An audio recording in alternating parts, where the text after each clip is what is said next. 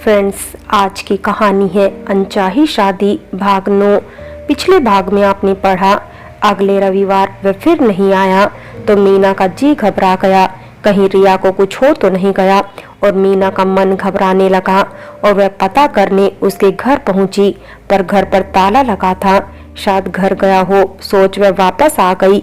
अब आगे जब अगले रविवार भी राजेश रिया को लेकर नहीं आया तो उसका माथा ठनका। आखिर कहाँ गया राजेश? उसका दिल जोर जोर से धड़क रहा था। किसी अनहोनी की आशंका में वह रोने लगी। अब शहर में नीलिमा और रत्नेश भी नहीं थे। क्या करे? वह बस में बैठकर अपने ही घर की ओर चल पड़ी। वहां जाकर उसने बताया 2 बार से उसे मिलने नहीं लाया और घर पर भी नहीं है। आप उसके घर पर जाकर पता करो। उसकी बात सुनकर माँ बाप थोड़े परेशान हो गए और सरोज पता करने सीता के घर गई और वहां से भी वह निराशाजनक खबर लाई कि वह यहाँ भी नहीं है। ऐसे अचानक कहाँ जा सकते हैं? दोनों नौकरी तो नहीं छोड़ सकते।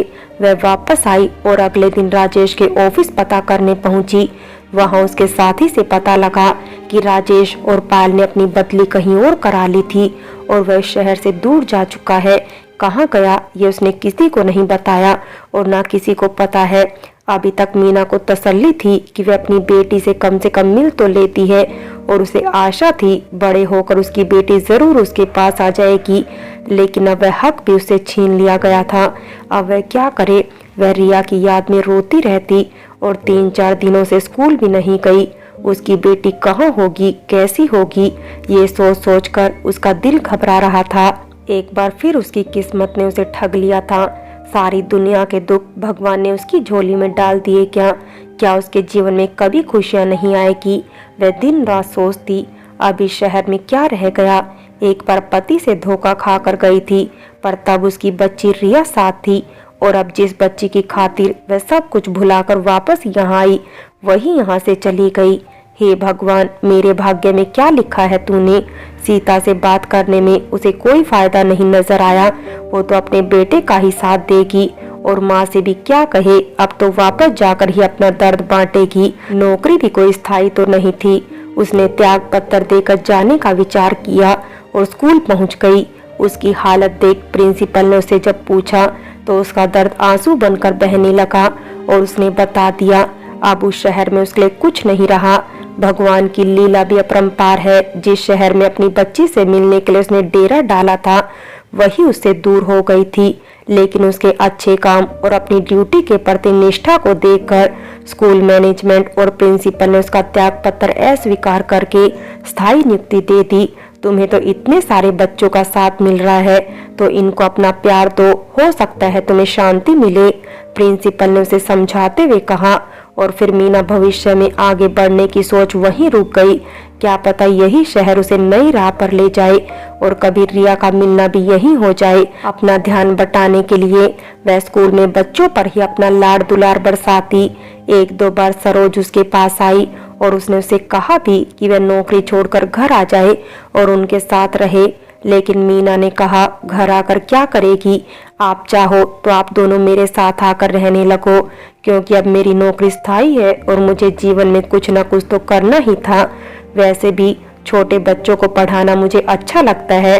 रिया ना सही, उस जैसे और बच्चे हैं, मैं उन्हीं में रिया को देखूंगी और अपनी ममता लुटाऊंगी।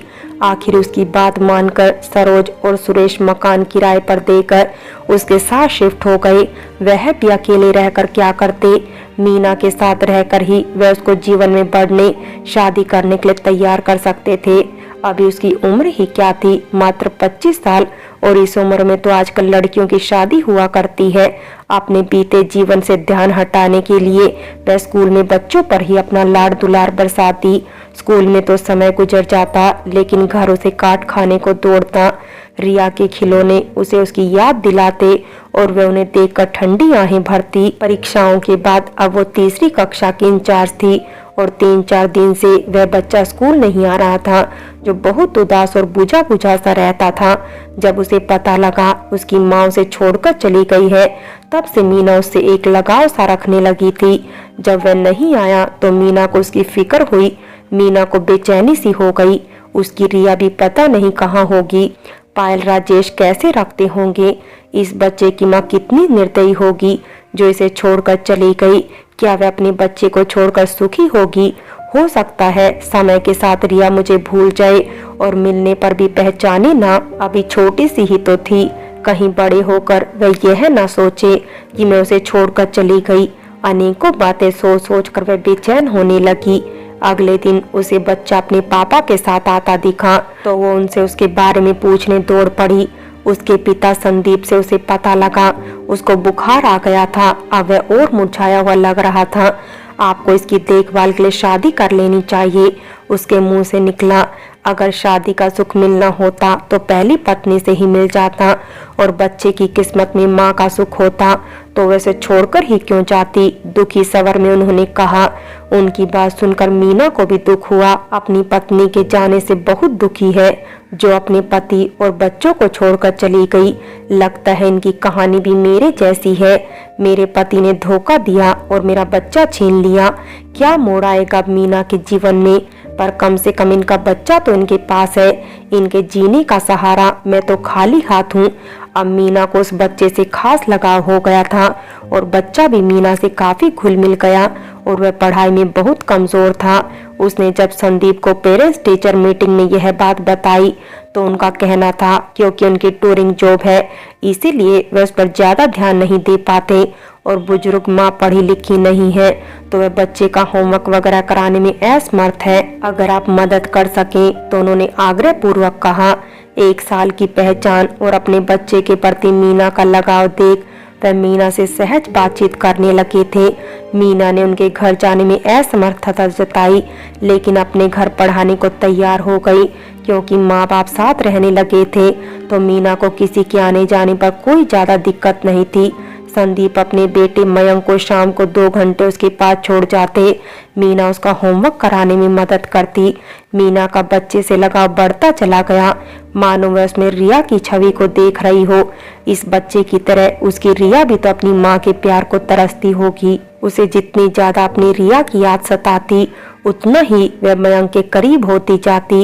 एक दिन उसको हल्का बुखार था और उसने उसे मैडम की जगह माँ कहकर पुकारा। मीना ने उसकी ओर देखा तो वह रोने लगा। आप मुझे माँ की तरह ही तो प्यार करते हो तो क्या मैं आपको माँ नहीं कह सकता? मेरी माँ नहीं है क्या और कोई मेरी माँ नहीं बनेगी? आप मेरी माँ बन जाओ ना। बच्चे की बोली और दर्द भरी बातें मीना को अंदर तक झिझोड़ गई। उसके बिना उसकी रिया का कोई ध्यान नहीं रखता होगा, पायल उसका ध्यान रखती होगी या नहीं, राजेश कैसे व्यवहार करता होगा, अगर उसकी और बच्चे हो गए होंगे तो रिया की उसके जीवन में क्या जगह होगी। पता नहीं मेरी बेटी को लेकर कहाँ चले गए।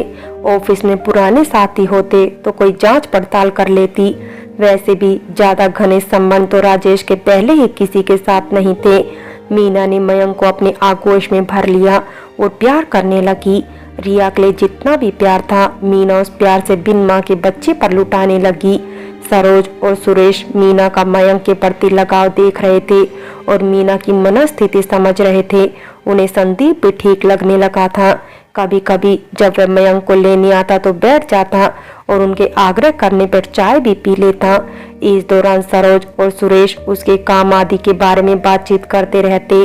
दोनों को मीना के भविष्य की चिंता तो थी ही और अब जब रिया भी उसके जीवन में नहीं थी तो अंदर ही अंदर वह भी चाहते थे कि मीना का विवाह हो जाए। और अगर यह विवाह संदीप जैसे सुलझे व्यक्ति से होता है जिसकी पत्नी उसको छोड़कर चली गई तो तालमेल भी अच्छा होगा और शादी शायद ज्यादा कामयाब हो। इसीलिए बातों बातों में मयंक के मन की थाल लेते रहते। संदीप भी मीना से प्रभावित थे और अब वह मयंक की ओर से निश्चिंत हो गए थे क्योंकि मीना के साथ मयंक भी अब बहुत खुश रहने लगा था और कभी कभी छुट्टी के दिन वे ज्यादातर समय मीना के घर बिताया करते। एक दिन वह अपनी माँ को मिलाने ले आया। वह भी मीना और उसके परिवार से मिलकर बहुत खुश हुई। इसी तरह दिन बीत रहे थे। एक दिन संदीप की माँ मीना के यहाँ आ गई और बातों बातों में उन्होंने सरोज से संदीप के लिए मीना का हाथ मांग लिया। सरोज तो पहले से ही चाहती थी मीना का घर बस जाए और पिछले 1 साल से संदीप को देख रही थी वह भी उनकी बेटी की तरह धोखा खाया हुआ था और शायद इन दोनों में अच्छी बनेगी। यह सोचकर मन ही मन वह भी इस रिश्ते के लिए राजी थी, परंतु इस बारे में वह पहले बेटी के मन की बात जानेगी और उस पर कोई दबाव नहीं डालेगी, कहकर उन्होंने संदीप की मां को कोई आश्वासन नहीं दिया। सरोज मीना पर दबाव नहीं डालना चाहती थी, लेकिन उन्होंने उसे समझाया आखिर वह कितने दिन के हैं और वह आंखें मूंदने से पहले उसे अपनी घर गृहस्थी में खुश देखना चाहते हैं। आखिरकार माँ बाप के आग्रह और मयंक के प्रेम में मीना ने भविष्य में आगे बढ़ने के लिए खुद को राजी कर लिया, लेकिन उससे पहले वह संदीप से मिलकर अपने बारे में बताना चाहती थी और उसके बारे में जानना चाहती थी। ऐसा ना हो कि आगे चलकर दोनों में किसी तरह की गलतफहमी पैदा हो। एक दिन दोनों पार्क में मिले और मीना ने बात शुरू की कि मैं आपको अपने बीते अतीत के बारे में बताना चाहती हूँ। मैं तलाकशुदा हूँ, मेरी 5 साल की एक बेटी भी है। अभी वह कुछ और कहती, संदीप ने उसको रोक दिया। वो हमारा अतीत था जो सुख नहीं था और इस अतीत में कोई अच्छी यादें नहीं जिसे याद करें तो उसके बारे में बात करने का क्या फायदा। मेरा बेटा मेरे पास है लेकिन आपकी बेटी नहीं।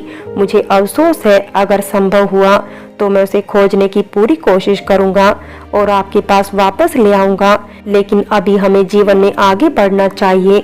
मुझे लगता है कि हमारा जीवन सफल रहेगा और मेरे बेटे को आपसे बेहतर माँ नहीं मिल सकती। क्या आप मेरे अतीत के बारे में अभी भी जानना चाहती हैं? संदीप ने स्पष्ट शब्दों में पूछा। कुछ सोचकर मीना ने कहा, नहीं, जिस बात को याद करने से दुख हो, तकलीफ हो, उसे भूल जाना ही अच्छा है। हम दोनों ही अपनी अपनी जिंदगी में बहुत बुरे दौर से गुजरे हैं और अपने अपने जीवन में साथियों से धोखा खाया है।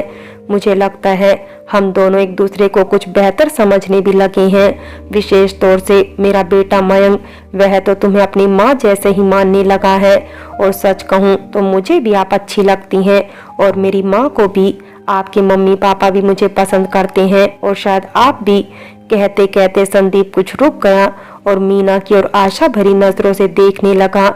जितनी स्पष्टता से संदीप ने उससे बातें की थी और अपने दिल की बात बताई थी, उससे मीना कुछ लजाई और नजरें झुका ली। संदीप के प्रति एक अपनेपन का भाव तो उसके हृदय में आ ही बैठा था और मयंक को भी वह पसंद भी करने लगी थी। आपकी खामोशी को मैं हाँ समझूं, उसने धीरे से पूछा तो मीना के चेहरे पर हल्की सी मुस्कुराहट आ गई। मतलब मैं समझूं कि मैं भी आपको पसंद हूँ? मुस्कुराते हुए संदीप ने मीना की आंखों में झांकते हुए पूछा। मीना ने सिर हिलाकर अपनी सहमति प्रदान कर दी। मुस्कुराते हुए संदीप ने बड़े प्यार से उसके हाथ को अपने हाथों में ले लिया। तो ठीक है, जहाँ सब कुछ सकारात्मक है, हमारा साथ अच्छा निभेगा, मुझे ऐसी उम्मीद है। मीना संदीप के इस प्यार भरे स्पर्श से नए जीवन की आशा में खिल उठी। क्या संदीप से हो जाएगी मीना की शादी?